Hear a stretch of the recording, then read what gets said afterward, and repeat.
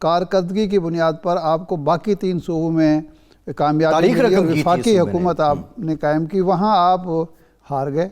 Barrister صاحب جی شکریہ۔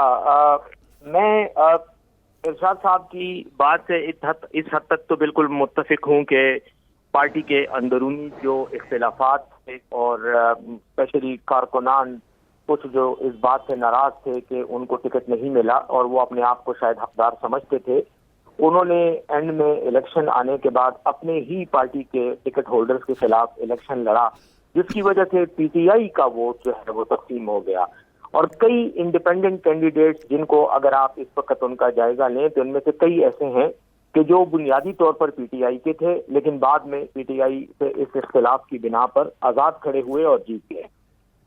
یہ ہمیں بالکل ایک نقصان ہوا ہے پارٹی کو، اور اس نقصان کا ادراک اور اس کا احساس اعلیٰ قیادت کو بھی ہے، اور اب آپ دیکھیں گے کہ آئندہ آنے والے دنوں میں اس کا ضرور جو ہے کوئی نہ کوئی اس پر کارروائی کی جائے گی اور اس معاملے کو ٹھیک کرنے کے لیے کوئی نہ کوئی اقدام جو ہے وہ اٹھایا جائے گا۔ لیکن ایک چیز جس کو میں ہائی لائٹ کروں گا کہ یقیناً بلدیاتی انتخابات میں پی ٹی آئی نے کچھ سیٹیں لوز کی ہیں، اور دیگر پارٹیوں خصوصاً میں نام اگر جمعیت علماء اسلام کا لوں گا تو وہ ہی ایک پارٹی ہے جو مقابلے میں سامنے آئی ہے، جنہوں نے کچھ علاقوں میں، میں یہ نہیں کہوں گا کہ اکراس دا بورڈ، لیکن کچھ علاقوں میں یعنی جو مرکزی پختونخوا ہے اور جنوبی پختونخوا کے کچھ علاقوں میں انہوں نے یقیناً جو ہے وہ اپنی سیٹیں حاصل کی ہیں۔ لیکن اس میں ایک مین فیکٹر میری رائے میں یہ بھی ہے کہ بلدیاتی انتخابات میں علاقائی امور، علاقائی عوامل، علاقائی محرکات، ذاتی چپقلشیں، خاندانی رقابتیں، یہ چیزیں بہت بڑا رول پلے کرتی ہیں، کیونکہ یہ لوکل۔ بیرسٹر صاحب ٹھیک ہے، آپ کا پوائنٹ آف ویو آ گیا، ٹھیک ہے، with due respect general election میں بھی یہ پاکستان اور اس خطے کا پولیٹیکل کلچر ہے، اس میں یہ سب چل رہا ہوتا ہے۔ جلیل جان صاحب، اب یہ بیرسٹر صاحب کہہ رہے ہیں کہ ان کی اعلیٰ قیادت کو اس بات کا ادراک ہو گیا کہ کہاں کہاں ان سے غلطی ہوئی۔ آپ جو پچھلے 3-4 سالوں سے مزاحمت کی سیاست آپ کی جماعت کر رہی ہے، آپ جو ادراک کروانا چاہ رہے تھے، جو آپ چاہتے تھے، کیا وہ ادراک بھی ہو گیا ہے موجودہ حکمراں جماعت کو؟ بسم اللہ الرحمن الرحیم۔ سب سے پہلے میں تو اللہ رب العزت کا شکریہ ادا کرنا چاہتا ہوں جنہوں نے ہمیں بہت بڑی کامیابی سے نوازا، اور یہ کامیابی میں اپنے کارکنوں کے نام کرتا ہوں۔ جہاں تک بلدیاتی الیکشن کا تعلق ہے تو آپ نے دیکھا کہ ہم نے مسلسل 3 سال سے مولانا فضل الرحمان صاحب نے جس انداز سے مہم چلائی ہے، موجودہ حکومت کے سیاہ کارناموں کو جو بیان کیا ہے، تو یہ جو الیکشن ہوا ہے بلدیاتی، اس حوالے سے اگر آپ دیکھیں تو عوامی سطح پر یہ بیس جو ہوتا ہے، نچلی سطح کا جو الیکشن ہوتا ہے، اس میں عوام بڑے دلچسپی کے ساتھ حصہ لیتی ہے۔ تو عوام بہت زیادہ تنگ تھی، عوام غربت کے مارے تنگ تھی، مہنگائی بہت زیادہ ہو گئی تھی، اور ان کا جو طریقہ حکومت تھا یہ بھی غلط تھا۔ اس وجہ سے لوگوں نے کھل کر اپنے آزادی کا اظہار کیا ہے، اور میں سمجھتا ہوں کہ جمعیت علماء اسلام سے 2018 میں مینڈیٹ چھینا گیا، اور وہ مینڈیٹ ہمیں آہستہ آہستہ مل رہا ہے واپس۔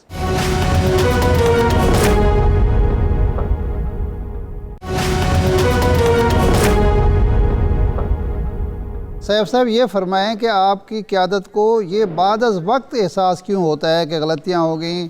ضمنی الیکشن ڈسکا کا ہو، نوشہرہ کا ہو، کراچی کا ہو، خانے وال کا ہو، وہاں نہیں پتہ چلا کہ یہی غلطیاں وہاں بھی دہرائی گئی ہیں؟ اور دوسرا یہ ہے کہ اب اس کا ازالہ آپ کس طرح کریں گے؟ اگلا مرحلہ جو الیکشن کا ہے تو آپ کارکنوں کو ٹکٹ دیں گے؟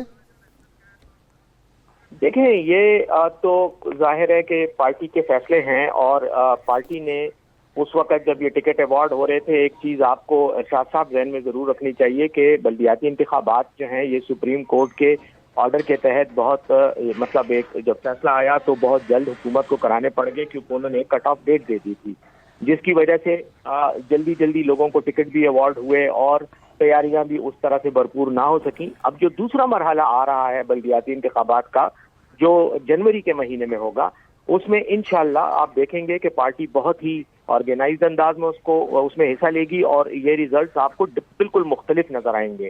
لیکن ایک اور اہم جو میرا نقطہ تھا جو اینکر صاحب نے میری بات کو بیچ میں کاٹ دیا. وہ میں یہ کہنا چاہ رہا تھا کہ بلدیاتی انتخابات میں جو پی ٹی آئی کی کارکردگی ہے اگر اس کو اوور آل دیکھیں باوجود ان سیٹوں کو لوز کرنے کے, تو اوور آل جو ہمارا ووٹ بینک ہے اور جو ہم نے مجموعی طور پر سیٹیں جیتی ہیں باقی پوزیشنوں میں, وہ بھی اگر آپ دیکھیں تو پی ٹی آئی نے کوئی بہت زیادہ برا پرفارم نہیں کیا. یہاں پر کافی سیٹیں جیتی اور ابھی تو ریزلٹ ابھی آ رہے ہیں, مکمل ریزلٹ نہیں آیا. جب ریزلٹ سامنے آئے گا تو آپ دیکھیں گے کہ اوور آل پرفارمنس پارٹی کی بہتر رہی ہے. جب اس میں کوئی شک نہیں کہ بہترین نہیں رہی لیکن بہتر رہی ہے. لیکن اس میں شاہ صاحب آپ اس بات سے بھی واقف ہیں کہ جب ایک پارٹی 8 سال سے اقتدار میں ہوتی ہے تو لوگوں کی ناراضگیاں بھی پیدا ہوتی ہیں, کئی پالیسیاں لوگوں کو پسند نہیں آتی.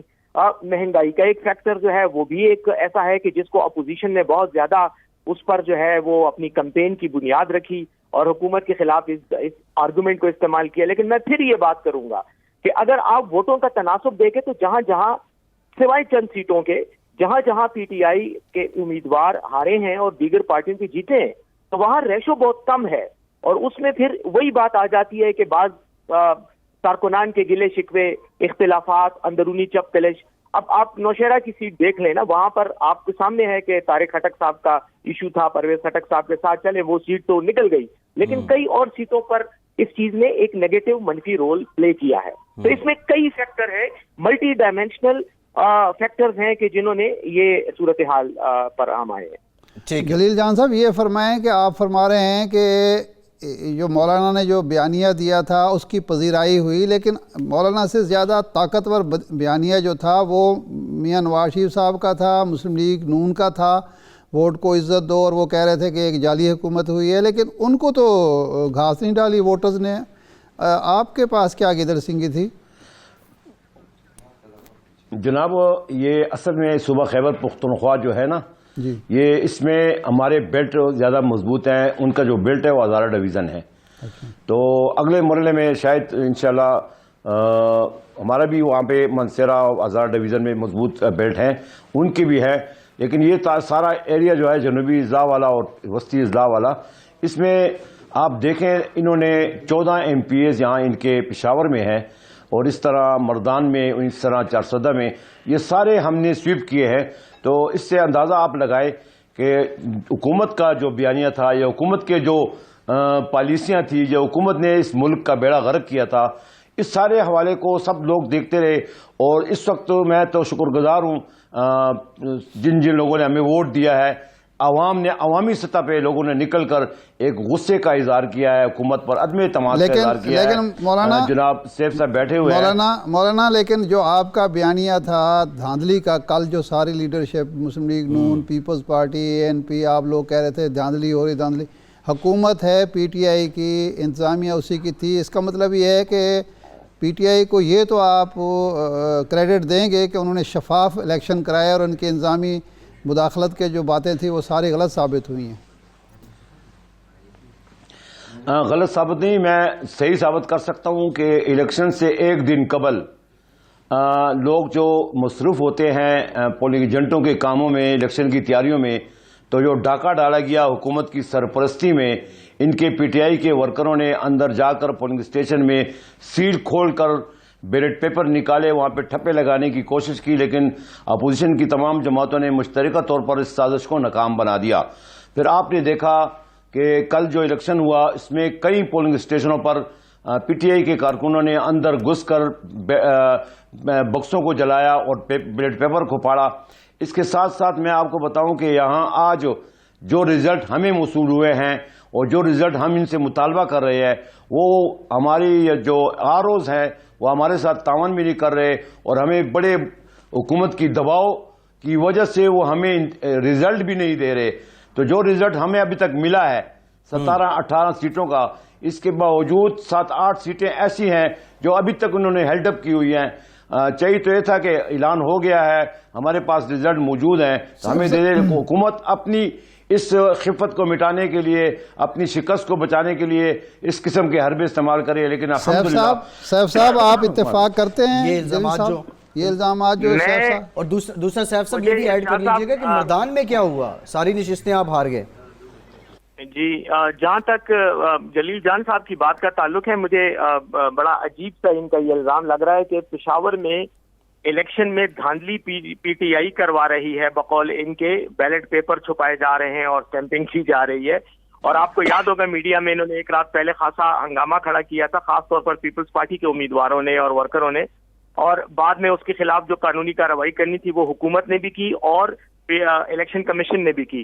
لیکن ان تمام الزامات کے باوجود وہاں سے جے یو آئی ہی کا کینڈیڈیٹ جیتا ہے. تو ان کی دلائل کا مطلب یہ نکلتا ہے کہ دھاندلی کی کوشش تو پی ٹی آئی نے کرنے کی کوشش کی، لیکن فائدہ ہمیں ہو گیا کیونکہ ووٹ ہمارے، وہ جو پی ٹی آئی کے بقول ان کے الزام جو لگا رہے ہیں وہ لوگ شاید جے یو آئی کے اس پہ جو ہے وہ مہر لگاتے رہے. تو یہ عجیب سی دلیل اور عجیب سی منطق ہے.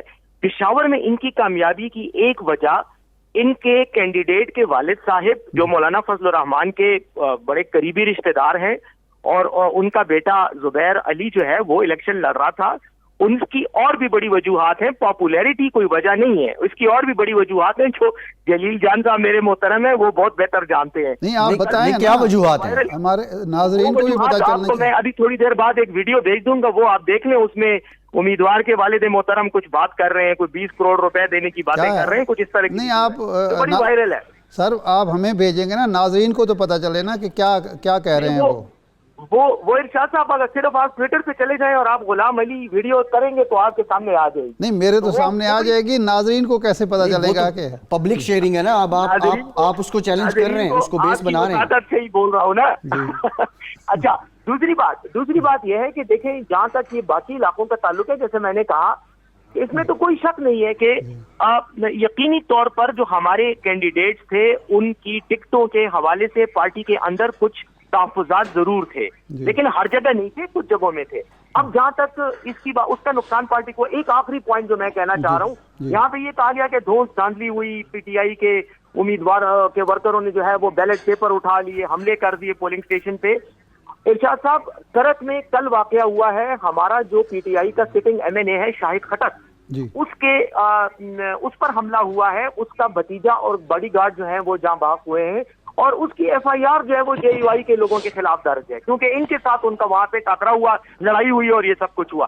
تو یہ تو اسٹرانگ آرم ٹیکٹکس، حملے کرنا، زور آزمائی کرنا، قوت کا استعمال، یہ بھی کرتے رہے، اور زیادہ تر الزامات انہی لوگوں پر ہیں، نہ کہ پی ٹی آئی کے ورکروں پہ. اور چھوٹی موٹی لڑائیاں تو الیکشنوں میں ہوتی رہتی ہیں. جلیل جان صاحب، یہ جو ویڈیو کا ذکر کر رہے ہیں یہ سوشل میڈیا پر وائرل ہے کہ غلام علی صاحب فرما رہے ہیں کہ 20 کروڑ روپیہ ہم نے لگا دیا اس الیکشن. آپ نے یہ الیکشن 20 کروڑ لگا کے خریدا ہے؟ الزام آپ سرکاری پارٹی پر لگا رہے ہیں.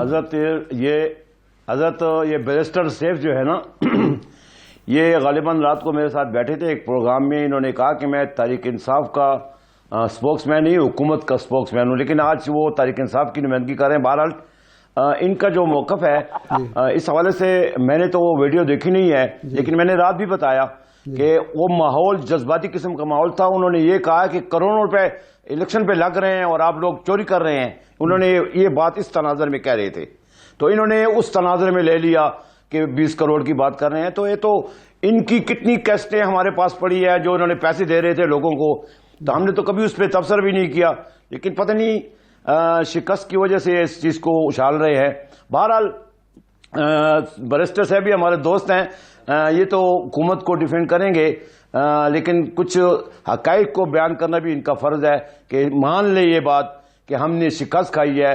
وجوہات بیان کرنے کی ایک ہی وجہ بتائیں کہ ہماری پرفارمنس صحیح نہیں تھی، ہم ڈیلیور نہیں کر سکے، ہم سلیکٹڈ ہیں، ہمیں لایا گیا تھا، ہم خود نہیں آئے. اس چیز کو تسلیم کر لیں، کیونکہ مزید لوگ بڑے سمجھدار ہو چکے ہیں. آج کل سوشل میڈیا کا اب زمانہ ہے، سوشل میڈیا میں سب کچھ آ جاتا ہے. ان کو یہ بات تسلیم کر لینی چاہیے کہ ہم ڈیلیور نہیں کر سکے، ہم سلیکٹڈ ہیں، ہمیں لایا گیا تھا، ہم نہ سمجھ تھے، ہم ناکام ہوئے، ہم نالائق ہیں، ہم نااہل ہیں، سب کچھ لیکن تسلیم کر لینا چاہیے. سوشل میڈیا پر جو ویڈیو آتی ہے آپ اس کو تسلیم نہیں کرتے، آپ کہتے ہیں وہ تو ایسی بات ہے. وہ تو کہہ رہے ہیں 20 کروڑ کی بات کر رہے ہیں. تو دیکھیں نا, میں تو اس کی وضاحت کر لی ہے نا. اگر ایک ویڈیو آئی ہوئی ہے, کسی کے منہ سے اگر بات نکلی ہے, تو اس کو کس تناظر میں آپ لے رہے ہیں؟ آپ کس تناظر کی طرف جا رہے ہیں؟ اس نے یہ کہا ہوگا کہ کروڑوں روپے خرچ ہو رہے ہیں الیکشن پر اور آپ چوری کر رہے ہیں, یہ بات کی ہے انہوں نے. یہ اگر اس کو کسی اور تناظر میں لے جانا چاہتے ہیں تو اس کی مرضی ہے. ٹھیک, بہت شکریہ جلیل جان صاحب, ترجمان جمعیت علماء اسلام رحمان گروپ پر بیرسٹر محمد علی سیف صاحب, آپ دونوں کا بہت شکریہ. ایک بریک لیتے ہیں, بریک کے بعد بات کریں گے OIC وزرائے خارجہ کا غیر معمولی اجلاس. افغانستان کی مدد کے لیے مسلم ممالک نے سر جوڑے ہیں, امکانات کیا ہیں اور خدشات کیا ہیں؟ بریک کے بعد بات کرتے ہیں.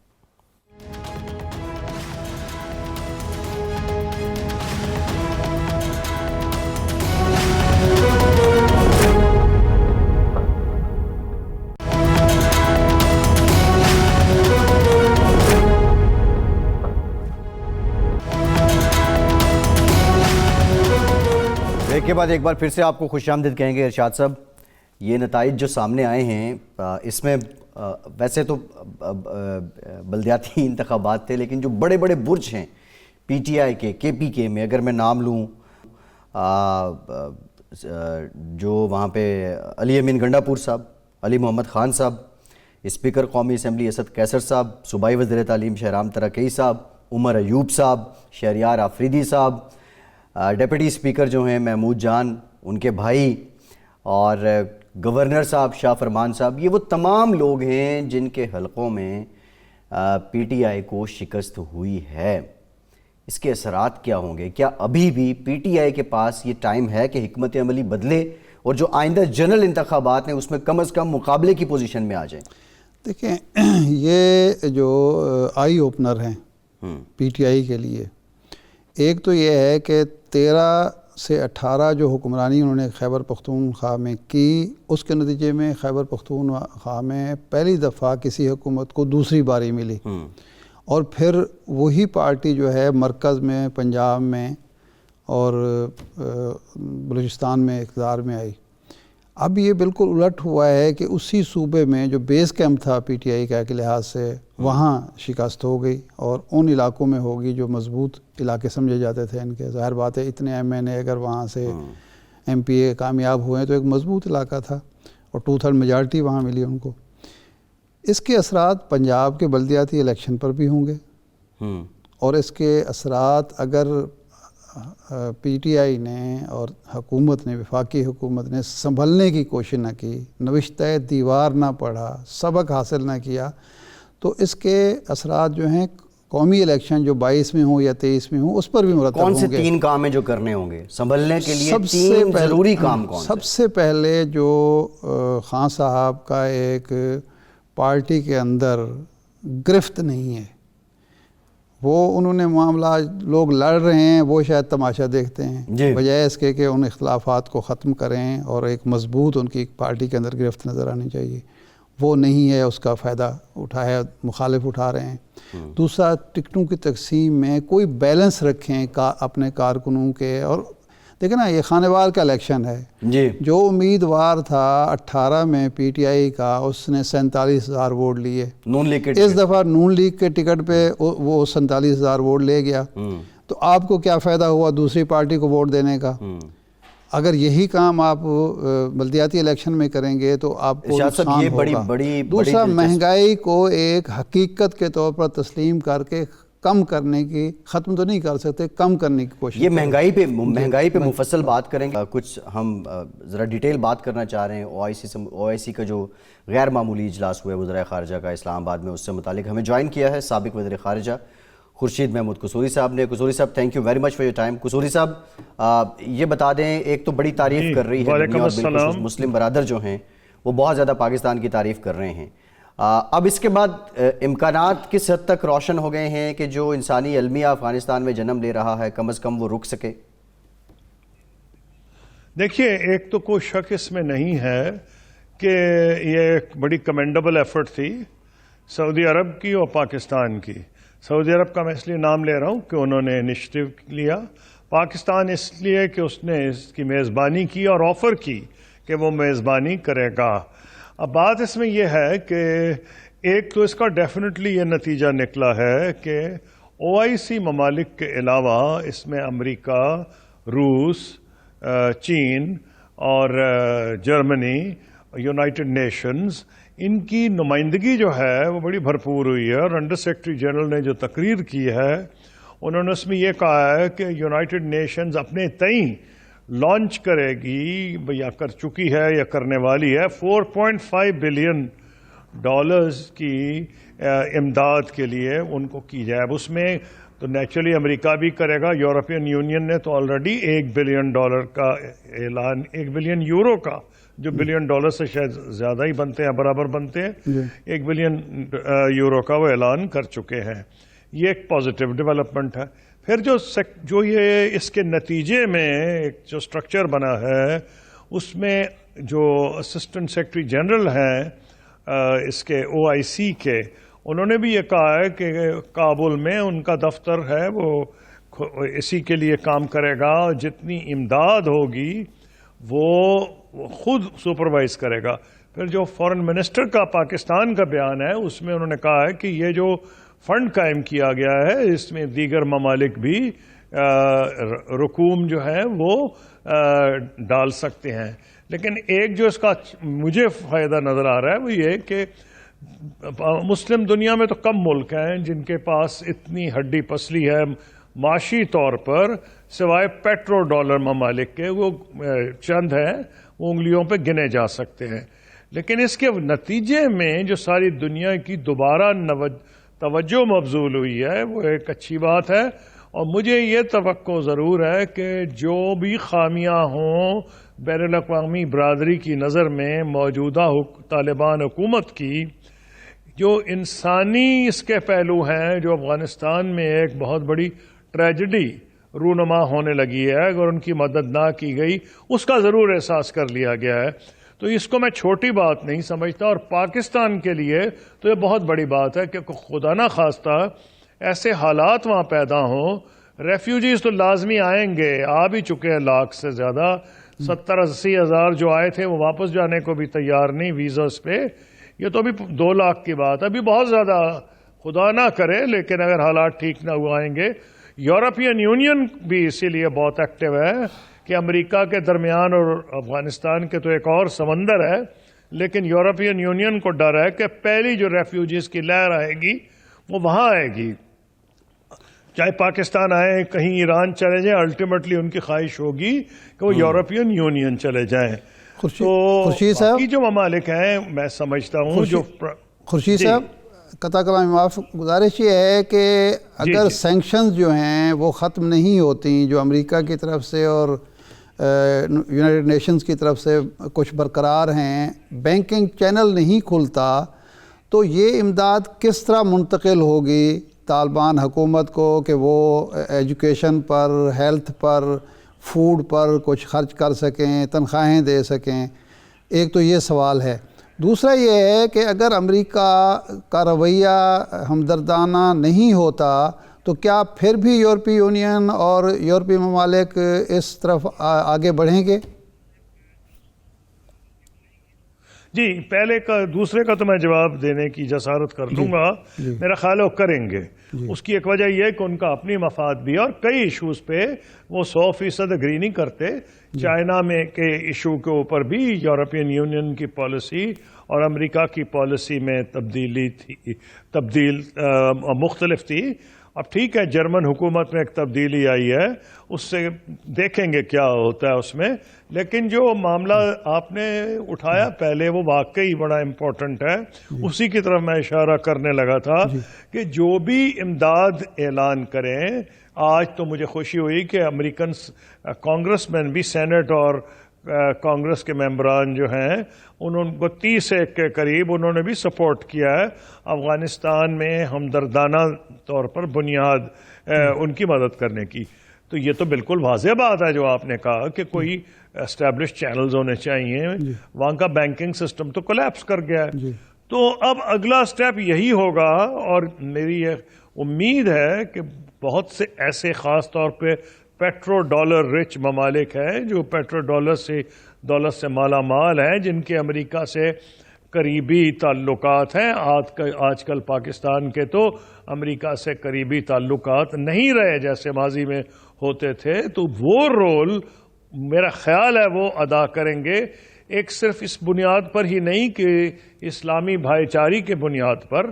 ان کو بھی پتہ ہے کہ اگر اس علاقے میں گڑبڑ ہوتی ہے تو پھر یہ علاقہ خدا نہ خواستہ، پہلے تو ہم فیڈرل ایڈمنسٹریٹ ٹرائبل ایریا کی جو ڈسٹرکٹس تھیں ان کو علاقہ غیر کہا جاتا تھا.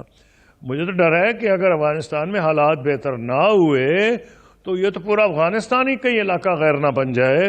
ساری دنیا کی دہشت گرد تنظیمیں وہاں آ کے نہ صرف آماج گاہ ہو، آماج گاہ تو کہتے ہیں حفاظت اپنے آپ کو بچانے کے لیے آئیں، بلکہ وہ اپنے آپ کو ٹرین کرنے کے لیے، انفراسٹرکچر بنانے کے لیے آئیں گی. اور ابھی تک اگر آپ تاریخ دیکھیں تو ان کا پرائمری ٹارگٹ مغرب اور خصوصاً امریکہ ہوتا ہے. تو اس بنیاد پر بھی شاید امریکہ میں سوچ بچار کی جا رہی ہے. تو میں یہ امید کر سکتا ہوں، آج کل حالات مشکل ہیں لیکن جہاں تک معاملات فوڈ گرینز کا یعنی کہ کھانے پینے کا معاملہ، وہ تو بہرحال پاکستان بھی کر رہا ہے اور پاکستان کے ذریعے اور وسطی ایشیا کے ممالک کے ذریعے جو مدد کرنا چاہتے ہیں وہ مدد پہنچا دی جائے گی. اور یہ تو میرا خیال ہے پرائیویٹ چینلز پہ بھی اگر لوگ مدد کرنا چاہیں گے تو افغان جہاد میں آپ کو پتہ ہے قصوری صاحب ذرا اس پہ ڈیٹیل بات کرتے ہیں. جو قرارداد بھی پاس ہوئی ہے اس میں یہ کہا گیا ہے کہ جو اسلامی ترقیاتی بینک کا ہیومینیٹیرین ٹرسٹ فنڈ ہے اس کو بھی بحال کیا جائے گا. اب یہ مدد کے ذریعے کب تک سلسلہ چلایا جا سکتا ہے افغان میں؟ ایک بریک کے بعد اس پہ بات کرتے ہیں، ہمارے ساتھ رہیے.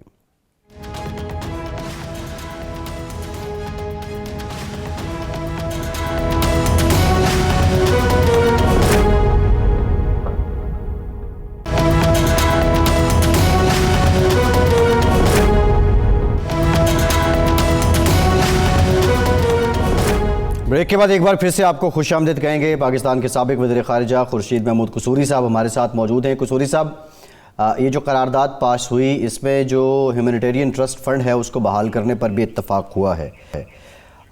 امداد کی بیس پہ افغانستان کے حالات کیا نارملائز ہو سکتے ہیں؟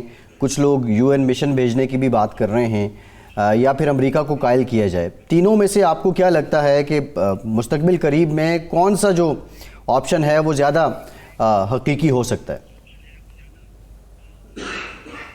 پہلے تو جو آسان جواب میں دے دیتا ہوں، اس طرح معاملات نہیں چل سکتے.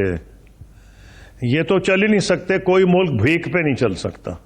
مجھے افسوس ہے یہ کہنے میں، اور مجھے سب سے زیادہ افسوس ان غیرت مند افغانوں کا ہے جو واقعی جن کی غیرت ساری دنیا اس کی قائل ہے، جس پوزیشن میں ان کو ڈال دیا گیا ہے.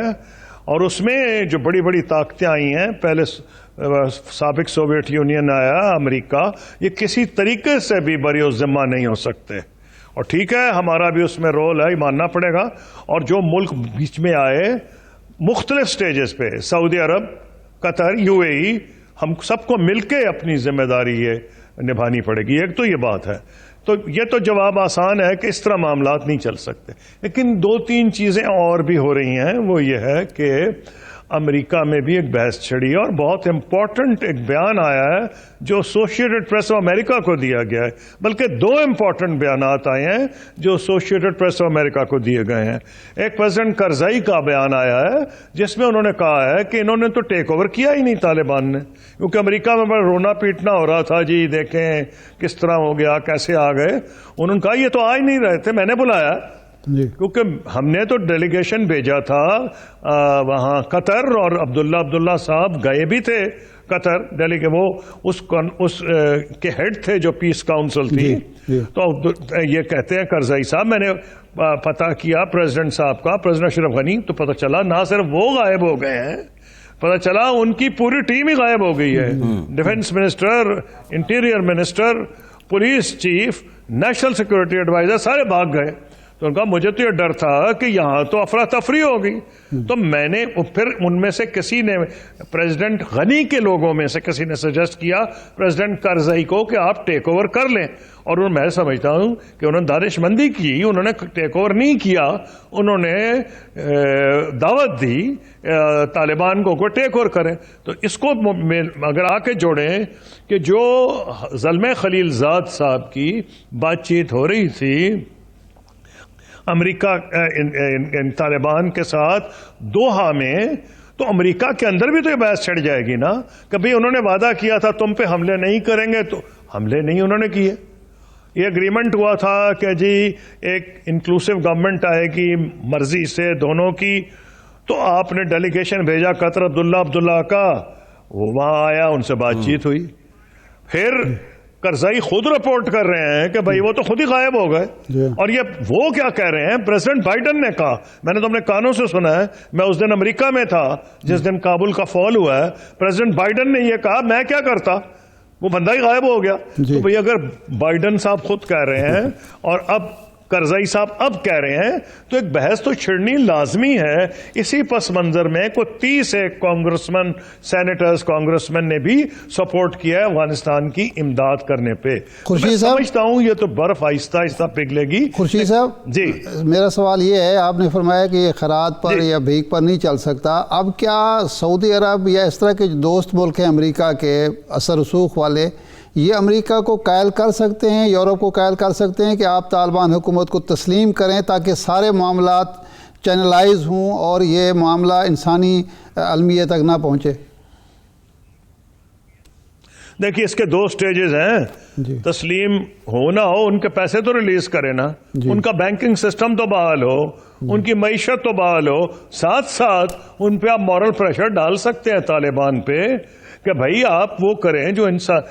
دیکھیں نا امریکہ اور یورپین یونین یہ بھی تو مڑ کے کہہ سکتا ہے نا، تو یہ کافی گمبھیر معاملہ ہے. اور بھئی ہمیں چھوڑو، تم نے تو خود تسلیم نہیں کیا، یعنی پاکستان تسلیم نہیں کر رہا، چین سے تسلیم نہیں کر رہا، جو روس سے تسلیم نہیں کر رہا. تو کہا تو یہ جا رہا تھا نا امریکہ جائے گا تو دوڑتے دوڑتے چینی اور روسی آئیں گے. اور پھر چینی روسیوں نے بڑی لمبی گیم کھیلی اور دیکھا ہے، اور وہ چاہتے ہیں کہ میکسیمم پریشر طالبان پر ڈالا جائے. بریف کمنٹ کیجئے گا، پاکستان کو کیا تسلیم کرنے میں پہل کرنی چاہیے؟ پاکستان بھی یہ چاہتا ہے کہ ٹی ٹی پی حملے نہ کرے. جی پاکستان کو کیا تسلیم کرنے میں پہل کر لینی چاہیے؟ پاکستان پہل کر سکتا ہے یا کرنا چاہیے؟ اس سلسلے میں یا تو پاکستان یہ ذمہ داری اٹھانے کو تیار ہو. یہ تو ٹھیک بات ہے کہ سب سے بڑا نقصان ہوگا پاکستان کو، یہ بڑے سوچنے کی بات ہے. لیکن اگر کوئی ملک نہیں ایکسپٹ کرتا، نہ چین بھی نہ ایکسپٹ کرے، تو یہ بہت بھاری ذمہ داری ہے. معاشی طور پر ہمارے اپنے حالات اچھے نہیں ہیں. ہم افیکٹولی، اگر آپ مجھ سے سیدھے سادے الفاظ میں پوچھیں، ہم تو ایسے ہی بیہیو کر رہے ہیں جیسے ہم نے تسلیم کیا ہوا ہے. یہ کہ لفظ نہیں کہا. ان کے فارن منسٹر کو ریسیو کیا گیا، انہوں نے یہاں کے بات چیت کی، ان کے ڈیلیگیشنز آتے رہتے ہیں. تو وہ ایک جس کو ڈی جورے نہ ہو لیکن ڈے فیکٹو تو ہم نے ریکگنائز کیا ہوا ہے نا، تھوڑا سا پردہ رکھا ہوا ہے کیونکہ بین الاقوامی برادری کے ساتھ چلنا ہے. اگر آپ میں اتنی ہڈی پسلی ہے، امریکہ میں تو ہے کہ ہم نے کہا تھا، میں فارن منسٹر تھا UN میں، کہ آپ عراق پہ حملہ نہ کریں، انہوں نے کہا ہم کر دیں گے، اور وہ کولیشن آف دی ولنگ کے ساتھ چلے گئے. تو ہماری تو کسی نے نہیں بات مانی تھی، نہ جرمنی کی بات مانی، نہ فرانس کی بات مانی، نہ پاکستان کی بات مانی، نہ میکسیکو کی بات مانی. انہوں نے حملہ کر دیا، کولیشن آف دی ولنگ. آپ کو کافی ذمہ داری اٹھانی پڑے گی. تو پاکستان نے ایک حد تک تو یہ کیا ہے نا کہ ان کو افیکٹولی تو تسلیم کیا ہے. ڈے فیکٹو آپ کہہ رہے ہیں کہ کیا ڈی جورے بھی کرنی چاہیے؟ اس کے اندر میں کیونکہ گورنمنٹ میں ساتھ نہیں ہوں، ان کی کافی پرائیویٹ بات چیت ہو رہی ہوتی ہے، اس لیے میں خود مجھے پتہ ہے ایسی چیزیں رازداری میں بھی ہوتی ہیں. تو یہ اگر اس ریکگنائز پاکستان نے نہیں کیا ڈی جورے، تو اس کی بڑی سٹرونگ وجوہات ہوں گی، اور وجوہات وہی ہوں گی جو ہم ڈسکس کر رہے ہیں روزانہ. جی ٹھیک ہے، بالکل ٹھیک ہے. بہت شکریہ سابق وزیر اعظم خورشید محمود قصوری صاحب، آپ کے وقت کا. بڑا مفصل ارشاد صاحب بتا رہے تھے، ظاہر ہے ایکسپیرینس اور ان کی ایکسپرٹیز ساری اسی سے متعلق ہیں. ارشاد صاحب مہنگائی کا ذکر ہو رہا تھا، مہنگائی ہے؟ خیبر پختونخوا کے الیکشن سے تو پتہ چلتا ہے کہ مہنگائی ہے، اور مہنگائی کے اثرات بھی ہوتے ہیں. یہ مجھے اب یاد نہیں ہے، غالباً یہ محمود خان نے ہی کہا تھا کہ جی کون سی مہنگائی، لوگوں کی قوت خرید بڑھ گئی ہے. اور پرویز خٹک صاحب بھی ایسی بات کرتے تھے. تو مہنگائی تو ہے. اب یہ ہے کہ اس کے اثرات پنجاب میں کب مرتب ہوں گے، یہ اب دیکھنا پڑے گا. ہم جو بات کر رہے تھے افغانستان کے حوالے سے، افغانستان کے ہمسایہ ملک پاکستان، ازبکستان، تاجکستان، ایران، ایک لحاظ سے چائنا بھی اور تھوڑا سا فاصلے پہ ایران روس بھی، ان کو اب مل بیٹھ کے میرے خیال ہے امریکہ سے اور یورپ سے الگ کوئی لاہ عمل بنانا پڑے گا، کیونکہ ایک طرف یہ انسانی علمیہ کی بات کر رہے ہیں، دوسری طرف وہ تو تاخیر کر رہے ہیں، ان کے تو مقاصد اور ہیں، یہ بھی تاخیر کر رہے ہیں، تو میرے خیال ہے ان کو کوئی حکمت عملی از خود بھی ترتیب دینی چاہیے۔ ایک میٹنگ ملٹری آپریشنز کو لے کے تو ہوئی تھی، جو انٹیلیجنس چیفز تھے ان کی یہاں پہ اس بلاک کی میٹنگ ہوئی تھی، لیکن سیاسی سطح پہ گیدرنگ جو ہے وہ بھی ہوتی رہی، لیکن ایک جامع حکمت عملی کیا ہوگی اس بلاک کی، اس ریجن کی، یہ یقینی طور پہ فیصلہ ہو جانا چاہیے۔ ارشاد سے پروگرام کا ٹائم ختم ہو گیا، بہت شکریہ آپ کا، اجازت دیجیے۔